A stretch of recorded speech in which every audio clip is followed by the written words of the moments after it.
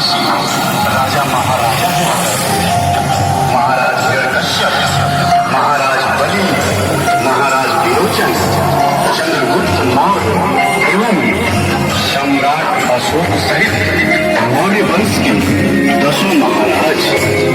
परंतु हमारे देश पर मध्य एशिया से तथा अपनी गुलामी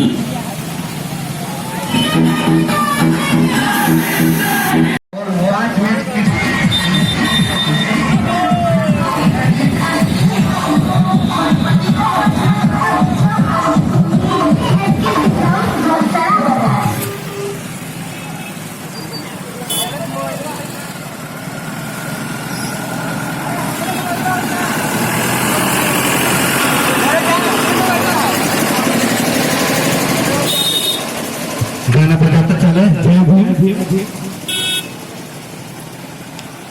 जय भीम भीम भीम।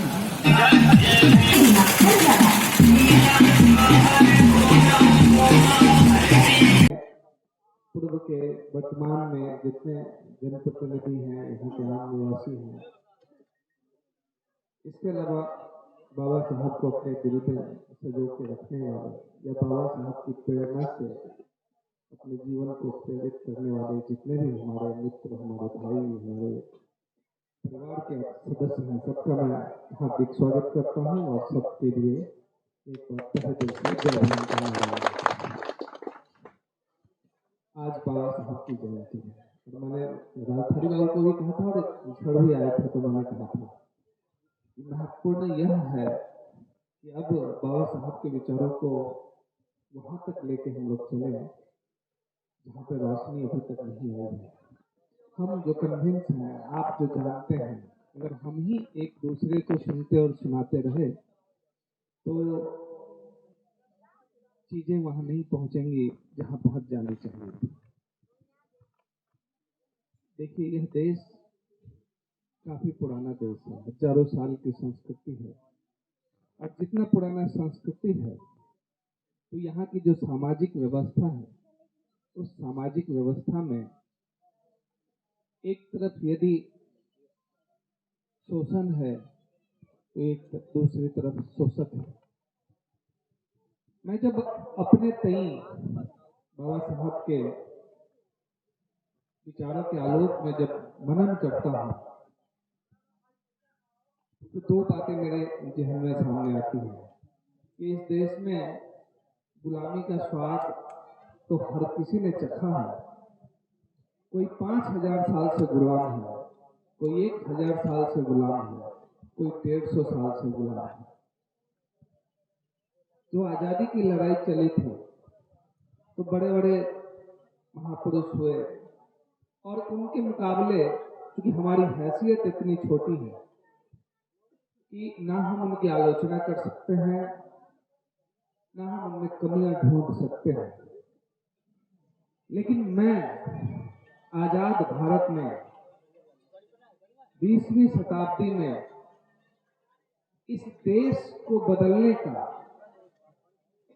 इस देश के अंदर सबसे महत्वपूर्ण भूमिका यदि किसी की थी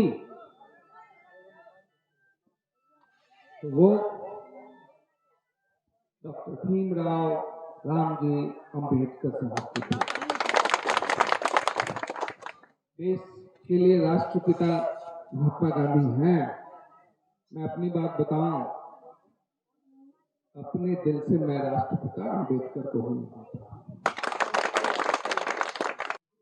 जब इनके पिताजी ने दूसरी शादी की तो बाबा साहब को ये पसंद नहीं आया। उन्होंने इसे पसंद नहीं किया कि जो गहने मेरी माँ के हैं अब कोई और महिला को है, जो साड़ी मेरी माँ की। तो आप ये फीलिंग ऐसा नहीं है कि कोई अजनबी फीलिंग है, ये फीलिंग किसी के भी मन में आ सकता है। बाबा साहब को लगा कि अपने पैर पे अब खड़ा हो जाना चाहिए। उनको लगा कि अब हमको अपने पिताजी से, ये पिताजी ने शादी कर लिया, ये ठीक नहीं किया है, तो अब हम इनके खर्चे पे या इनके साथ अपना जीवन नहीं गुजारेंगे। इसी बीच किसी ने उन्हें बताया कि बंबई में अगर कोई जॉब वगैरह हो जाए तो आप अपना खर्चा निकाल सकते हैं, बम्बई में काम मिल जाता है, फिर आपकी जीविका चलेगी। अब बाबा साहब के पास समस्या ये थी कि बम्बई जाने के लिए जो टिकट लगता है वो पैसा कहाँ से आएगा। चाची इतना मानती थी बचपन में कि अपने साथ अपने, उनको याद आया कि चाची के पास एक बटुआ रहता है, उस बटुए में कुछ न कुछ तो होगा जरूर। उन्होंने प्लान किया कि उसी बटुआ में से कुछ पैसा निकालते हैं और उस पैसे से फिर बम्बई जाने का टिकट लेंगे, वहां जाकर अपने पैर पे खड़े हो जाएंगे। ये बात बहुत महत्वपूर्ण है क्योंकि हमें हमारे आपके सबके जीवन में कोई ना कोई ऐसी घटना घटती है जो या तो हमें रास्ता दिखा देती है या फिर हमारा रास्ता रोक देती है। एक रात, 2 रात, 3 रात, लगातार 3 रात बाबा साहब ने कोशिश की, लेकिन वो बटुआ तक नहीं पहुंच पाया। चौथी रात बाबा साहब के हाथ में बटुआ लग गया। बाबा साहब ने बटुआ खोला, उसमें कितना पैसा था? 1 आना। बाबा साहब ने कहा कि ये तो इतना नीच कर्म कर रहा हूं मैं बम्बई जाने के लिए, फिर भी उतना पैसा नहीं निकल रहा है कि बम्बई जाने का टिकट ले सकूं। उन्होंने पैसा वापस वहीं छोड़ दिया। अब उनको लगा, अभी भी उनका अपने पिता के प्रति मन में रोष था। उस रात बाबा साहब ने प्रण किया कि मेरी मुक्ति का या मेरे अपने पैर पे खड़े होने का मेरे पास एक ही उपाय है, और वह उपाय है मैं शिक्षा ग्रहण करना शुरू करूं। कल तक जो बागवानी के पीछे भागता था, विद्यालय से बाहर भागता था, जानवरों को चराने में ज्यादा शौक, अचानक उस घटना ने बाबा साहब को ट्रांसफॉर्म कर दिया और बाबा साहब के पास लगा कि अब मुझे अपने पैर पे खड़ा होने के लिए मेरे पास एक ही उपाय है, वह है कि विद्यालय में मैं पढ़ना शुरू करूं। बाबा साहब विद्यालय जाते थे, अपने भाई के साथ जाते थे, विद्यालय के अंदर बैठते थे, लेकिन कोई शिक्षक ना तो उनको होमवर्क देता था और ना उनसे सवाल पूछता था। आए हो, पढ़ो, जाओ, लेकिन ना उनसे कोई सवाल। बताइए ऐसा, और इसके पीछे कारण क्या? उसको लगता था कि इससे यदि होमवर्क हम इसका चेक करेंगे, इससे यदि सवाल हम करेंगे तो ये तो अछूत है, तो हम भी अछूत हो जाएंगे। एक बार ऐसा हुआ, एक शिक्षक, हालांकि ऐसा नहीं था कि सारे शिक्षक एक ही मानसिकता के थे, ये भी इस भी भ्रांत धारणा से हमें अपने को दूर करने की आवश्यकता है कि समाज में जो भी सामने दिख रहा है वो सब हमारे खिलाफ ही खड़ा है। क्योंकि आप जान जाइए कि बाबा साहब का जो नामकरण है, ये अम्बेडकर जो है, ये उनके एक ब्राह्मण शिक्षक ने अपना उपाधि दे दिया था। वो बड़ा मानते थे, बाबा साहब अपनी जीवनी में बतलाते भी हैं कि जब इंस्ट्रक्टर आता था, जब निरीक्षक आता था विद्यालय में चेक करने के लिए, तो वो पीछे खड़ा होकर सवाल का हल बताते थे। चेक करने के लिए सारे बच्चों को, ये उसने अब इनका जो नामांकन स्कूल में किया तो उनके नाम को सुधार के अम्बेडकर कर दिया, और आज हम अपने आप को अम्बेडकराइट कहने में गौरव महसूस करते हैं। इस बात को समझना बहुत जरूरी है। तो विद्यालय में एक शिक्षक ने बाबा साहब को आदेश किया कि जराओ ब्लैक बोर्ड पे एक सवाल बना के दिखाओ। इससे पहले कि बाबा साहब अपनी जगह से उठ के उस ब्लैक बोर्ड तक पहुंचे और सवाल का जवाब दें, क्लास के कम से कम 10 बच्चे ऐसे थे, वो छलांग लगा के बाहर निकले और वो ब्लैक बोर्ड के पास गए, और ब्लैक बोर्ड के पीछे उनका टिफिन रखा हुआ था, और वो टिफिन निकालने के लिए चले गए। ये लड़का, ये महान जब आएगा यहाँ पे ब्लैक बोर्ड पे लिखेगा तो हमारा भोजन दूषित हो जाए। ये हमारे और आपके लिए अजनबी विषय नहीं है। बाबा साहब के साथ भेदभाव किया जाता था। मैं कहता हूं हर व्यक्ति को एक बार बैठ के कि अच्छा बताइए, बचपन से लेके आज तक कब कब आपको महसूस हुआ कि आपके साथ भेद किया जा रहा है? एक एक ग्रंथ, एक एक व्यक्ति लिख के डाल देगा कि उसके साथ कब कब भेदभाव किया जाता है। आज भी जबकि 21वीं शताब्दी में हम यहाँ गोष्ठी में आए हुए हैं, कहीं ना कहीं किसी न किसी तरीके से उस भेदभाव का शिकार हम लोग हो रहे हैं।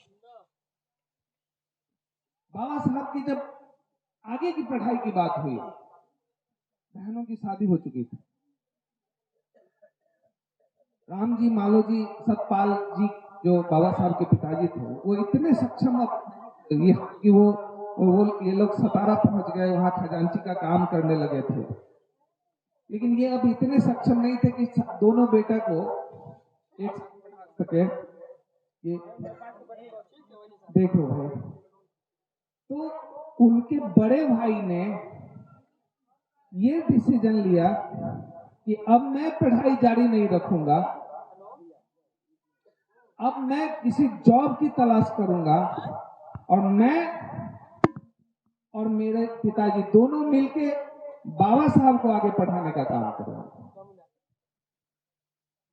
अब मैं बार बार इसको तोड़ के फिर अपने समाज में, अपने समय में ला रहा हूं कि क्या हम और आप अपने बड़े या छोटे भाई के लिए, हाँ, हम और आप इस भूमिका में हैं, मेरा छोटा भाई या बड़ा भाई अपनी पढ़ाई में आगे जा सकता है और हम उसके लिए अपनी पढ़ाई छोड़ देते हैं। बाबा साहब ने जब मैट्रिक का एग्जाम पास किया था, तो ऐसा नहीं कि नंबर उनको बहुत ज्यादा आया था, लगभग 700 के आसपास, 700 या 750 पूर्णांक थे और 300 के आसपास इनको मार्क्स आया था, उसके अंदर ही था। वो एग्जैक्ट डेटा मुझे याद है। किसी को लग सकता है कि बड़ा औसत नंबर से बाबा साहब पास किए। बाबा साहब औसत नंबर से नहीं पास किए थे।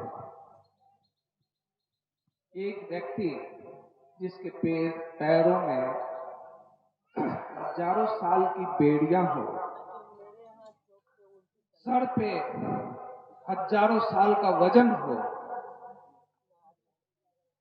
चारों तरफ विरोध के स्वर बलवती हो रहे हैं, जिसके पास संसाधन नहीं हो, वह व्यक्ति आज के भी समय में यदि तृतीय श्रेणी से भी मैट्रिक और इंटर पास कर जाता है, तो कोई 80% वाला भी मेरी नजर में उससे नीचा ही है।